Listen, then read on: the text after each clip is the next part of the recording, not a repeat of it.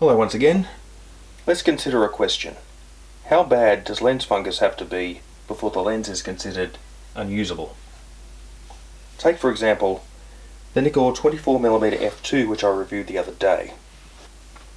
Now, it looks at first glance like a very clean lens, but one thing you have to notice is that there is a little fungus right here on the back of the front element. I don't know if you can see that, but there we go. I don't know. There we go. Maybe that's visible. The point is, fungus is usually, for a lens, the kiss of death, or at least you'd think so. But of course, it doesn't necessarily have to be the case. Now, I do recommend that when you buy second-hand lenses that you examine them thoroughly and bring a torch. And if you do find fungus, even a little bit of fungus, depending on the lens, maybe it's better to look for another better deal elsewhere. Unless of course the lens is a rare, a less common type. For example, this is not an overly common lens. For example, if it was just your bog standard 50mm prime lens, you'd just chuck it and forget it. Look for another one.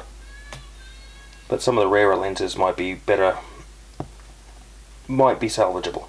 For example, this one. I've had this lens for, God, nearly on 20 years now.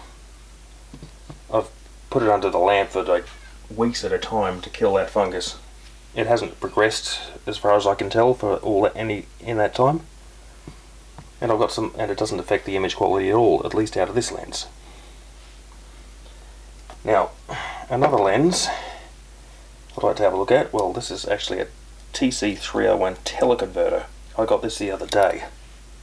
And there is a slight web of fungus in the front element. Maybe we can see that. Yes, there we go. There we go. There we go, I guess. Bit closer, your mother. There we go. Maybe you can see that. Yeah. But even so, it's still just on the front element, this one. And I shot the moon the other night. It was only a half moon. Had the camera pointed almost directly vertical. I've got some lovely crisp, clear images, the most crisp that I've ever gotten. I mean, long lenses, it doesn't really matter so much. But like I said, this one's going to be sitting under the lamp for a while to kill it. I mean, when the stupid lockdown ends, I can actually send them away to get cleaned out. Now they've got the money to do it, and the time. But here's an example of a really, really bad fungus that's not salvageable. This came on another camera that I got today. This is the Praktica 35-70 2.8-4 made by Pentacon. It looks like a lovely lens at first, but if you put the light into it, have a look at that. Oh yes, oh, it's Fungus City in there. Oh, holy crap. Oh dear. And I just have a look at that. That's, God, this torch is dying. There we go. Oh no, that's Fungus City. Definitely every single lens element on this lens has fungus on it. Front to rear. In fact, I had on the outside elements before I cleaned it off. But still, no, this one's too far gone. I mean, it's not an expensive lens, and it came on a camera that I got just today anyway, so I think this one's going in the bin. Goodbye.